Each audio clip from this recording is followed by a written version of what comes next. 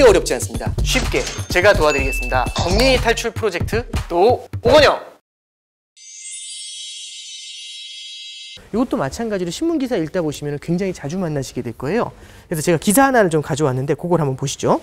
첫 번째 문단에 5번째 줄 보면은 저금리 속에 지난해 가계대출이 사상 최대 규모로 불어나고 이 유동성이 부동산, 주식 등 자산으로 몰리면서 버블 논란이 커지는 점도 금리 동결 결정에 영향을 미친 것으로 짐작된다.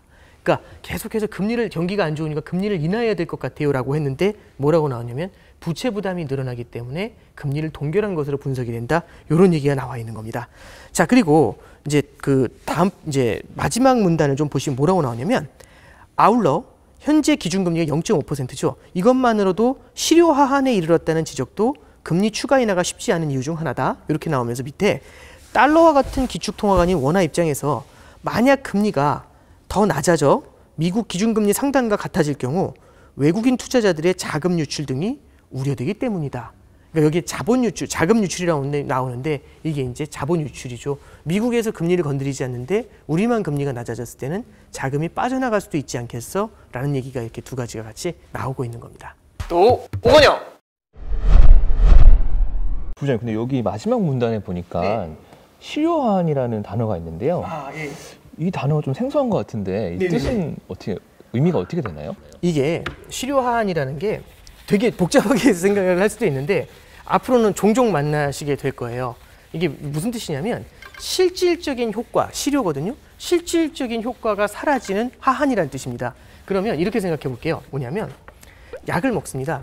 근데 약을 너무 많이 먹는 거죠. 약에 중독이 돼요. 그러면 어느 일정, 제가 의사는 아니지만 일정 수준 먹었더니 약으로 인한 긍정적인 작용은 사라지게 되고 그 긍정적인 작용보다는 부작용이 되게 나타나는 그런 경우들이 생길 수 있죠. 그러니까 직관적인 이해를 위해서 이제 가져온 케이스인데 물론 이제 의사분들이 다른 얘기를 하실 수는 있지만 그래서 이제 말씀드리고 싶은 거는 금리를 인하한다는 얘기는요. 방금 말씀드린 것처럼 경기 부양을 위한 긍정적인 효과도 있지만 부정적인 면도 있을 거예요.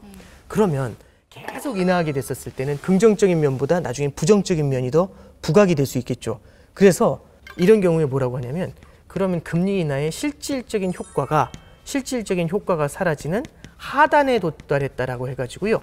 실효하한이라는 말을 쓰는 겁니다. 이게 실효하한이에요.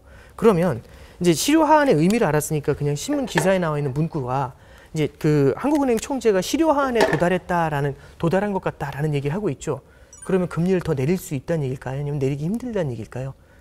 네, 그러니까 이제 여기가 완전히 바닥이다라는 얘기까지는 아니겠지만 이 정도 레벨에 다가온 것 같기 때문에 금리 인하를 할 때는 이제 신중해야 될 것 같다라는 얘기를 하는 겁니다. 그만큼 금리 인하의 가능성을 낮춰주는 그런 코멘트라고 해석을 할 수 있겠죠.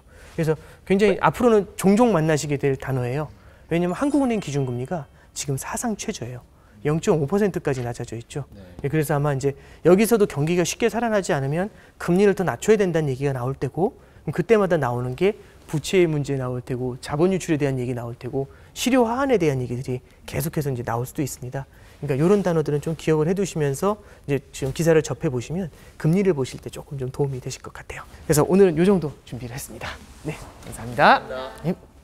다음 주에 또 오건영.